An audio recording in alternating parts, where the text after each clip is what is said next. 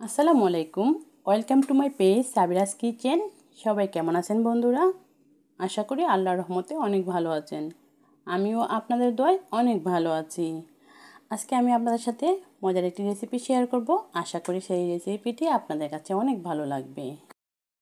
আজকে আমি আপনাদের সাথে ডাল ধনিয়া কিভাবে রান্না করতে হয় সেই রেসিপিটি শেয়ার করব। এই ডাল ধনিয়া চিকেন রান্না করার জন্য এখানে আমি নিয়েছি চানার ডাল। তো চানার ডালটা আমি চিকেনের পরিমাণ করে নিয়ে নিব। বন্ধুরা, এই চানার ডালটা রাতে ভিজিয়ে রাখলে ভালো হয়। তো আমি এখন 3-4 ঘন্টা আগে ভিজিয়ে রেখে দিব, তারপর ডাল ধনিয়া চিকেনটা রান্না করব। বন্ধুরা, এই চানার ডালটা রাতে ভিজালে ভালো হয়, কারণ চানাগুলো ফুলে বড় বড় হয়ে যায় এবং রান্না করতে বেশি সময়ও লাগে না।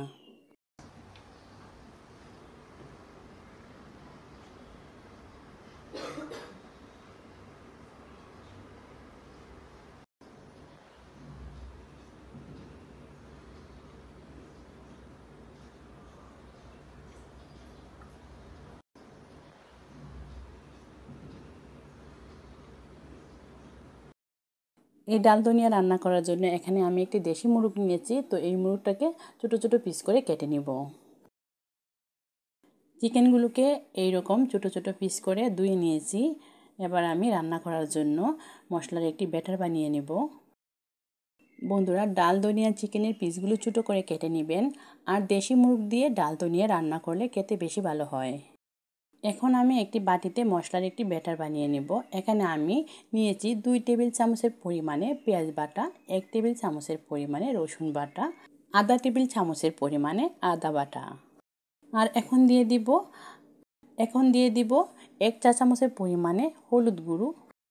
এখন দিয়ে দিব 1 চা চামচের পরিমাণে মরিচ গুঁড়ো, হলুদ গুঁড়ো, ধনিয়া গুঁড়ো ও জিরে গুঁড়ো। আর দিয়ে দিব আধা চা চামচের পরিমাণে গরম মশলা গুঁড়ো। আর এর সাথে দিয়ে দিব স্বাদ মতো লবণ। সবগুলো মশলা দিয়ে ভালো করে চামচ দিয়ে নেড়ে চেড়ে মশলাটা আমি ঢাকনাতে ঢেকে রেখে দিব 15 মিনিটের মতো।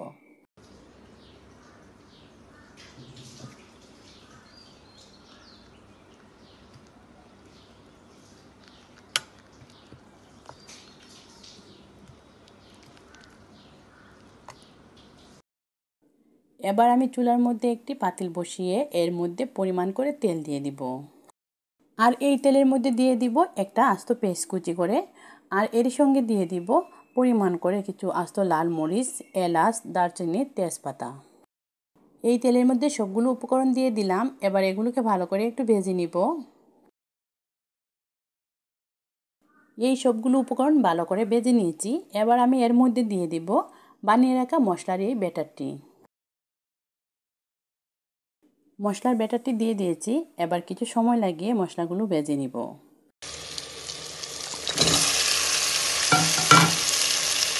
মশলাগুলো ভালো করে ভেজে নিয়েছি। এবার কেটে রাখা চিকেনগুলো এই মশলার মধ্যে দিয়ে দিব। চিকেনগুলো দিয়ে দিলাম। এবার চিকেনগুলো চামচ দিয়ে নেড়ে করে মশলার সঙ্গে ভালো করে মিশিয়ে নিব।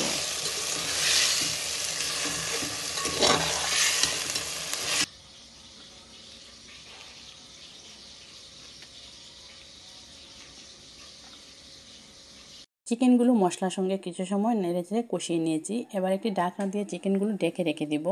কিছুক্ষণ পর ঢাকনা উঠিয়ে দেখে নিব। চিকেনগুলো মশলার সঙ্গে ভালো করে কষিয়ে নিয়েছি। এবার আমি এর মধ্যে দিয়ে দিব চানার ডালগুলো।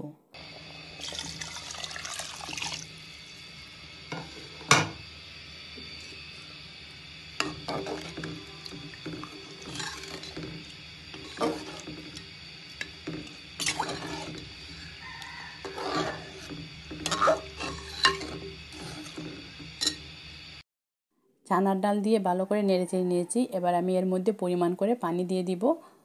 এখানে আমি পরিমাণ করে পানি দিয়ে দিয়েছি। আর পানির পরিমাণটা একটু বেশি দিয়েছি, কারণ ছানাটা আমি যেহেতু 2-3 ঘন্টা ভিজিয়ে রেখেছিলাম তার জন্য।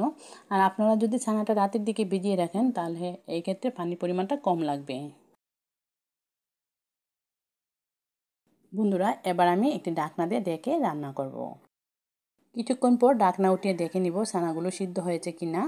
আর ঝোলের পরিমাণ আপনারা যতটুকু খেতে পছন্দ করেন সেই পরিমাণে রেখে দিবেন। ছানাগুলো সিদ্ধ হয়ে গিয়েছে। তো ঝোলের পরিমাণটা একটু গাঢ় হয়ে গেলে নামিয়ে নিব।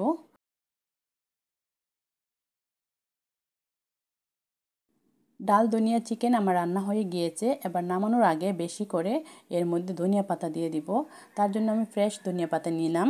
তো এগুলোকে কেটে ভালো করে ধুয়ে নেব। বন্ধুরা, এই ধনিয়া পাতা কুচি কিন্তু আমি পাতিলের মধ্যে দিব না, যে বাটিতে পরিবেশন করব সেই বাটিতে দিব। বন্ধুরা, এখন তো আমি সবগুলো তরকারি খাবো না, এর জন্য এর মধ্যে ধনিয়া পাতা দিব না। আর অবশ্যই ধনিয়া পাতাটা আপনারা পরিবেশনের সময় দিয়ে দিবেন। এই ধনিয়া পাতার কাঁচা ফ্লেভারটাই কিন্তু এর স্বাদটা দ্বিগুণ বাড়িয়ে দিবে। এবার আমি বাটির মধ্যে ধনিয়া পাতা কুচি দিয়ে দিলাম। এবার একটি চামচ দিয়ে নেড়ে চেড়ে ধনিয়া পাতাগুলো তরকারির সঙ্গে মিশিয়ে নিব। আবারও বলছি বন্ধুরা, এই ধনিয়া পাতা কুচি কিন্তু চুলাতে রেখে পাতিলের মধ্যে মেশানো যাবে না, এটা পরিবেশনের সময় মেশাতে হবে। তাহলেই বন্ধুরা আপনারা ডাল ধনিয়া চিকেনের যে ফ্লেভারটা সেটা পেয়ে যাবেন। আর বন্ধুরা, এই ডাল ধনিয়া চিকেনের ফ্লেভারটা কিন্তু অসাধারণ মজা হয়। আপনারা অবশ্যই বাসায় একবার হলে ট্রাই করে দেখবেন।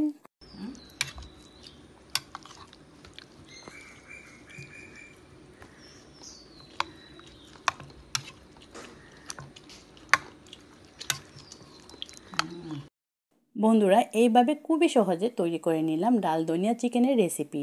অবশ্যই বাসায় একবার ট্রাই করে দেখবেন। আজকের মতো এখানেই বিদায় নিব। সবাই ভালো থাকবেন, সুস্থ থাকবেন, আমাদের জন্য দোয়া করবেন। আর যদি বন্ধুরা আমার এই ভিডিওটি আপনাদের কাছে একটু ভালো লেগে থাকে, প্লিজ একটি লাইক ও কমেন্ট করে যাবেন। বন্ধুরা, আপনারা যারা এখনও আমার এই চ্যানেলটি সাবস্ক্রাইব করেন নাই, প্লিজ বন্ধুরা আমার এই চ্যানেলটি সাবস্ক্রাইব করে নেবেন আর পাশে থাকা বেল আইকনটি বাজিয়ে দিবেন। আসসালামু আলাইকুম।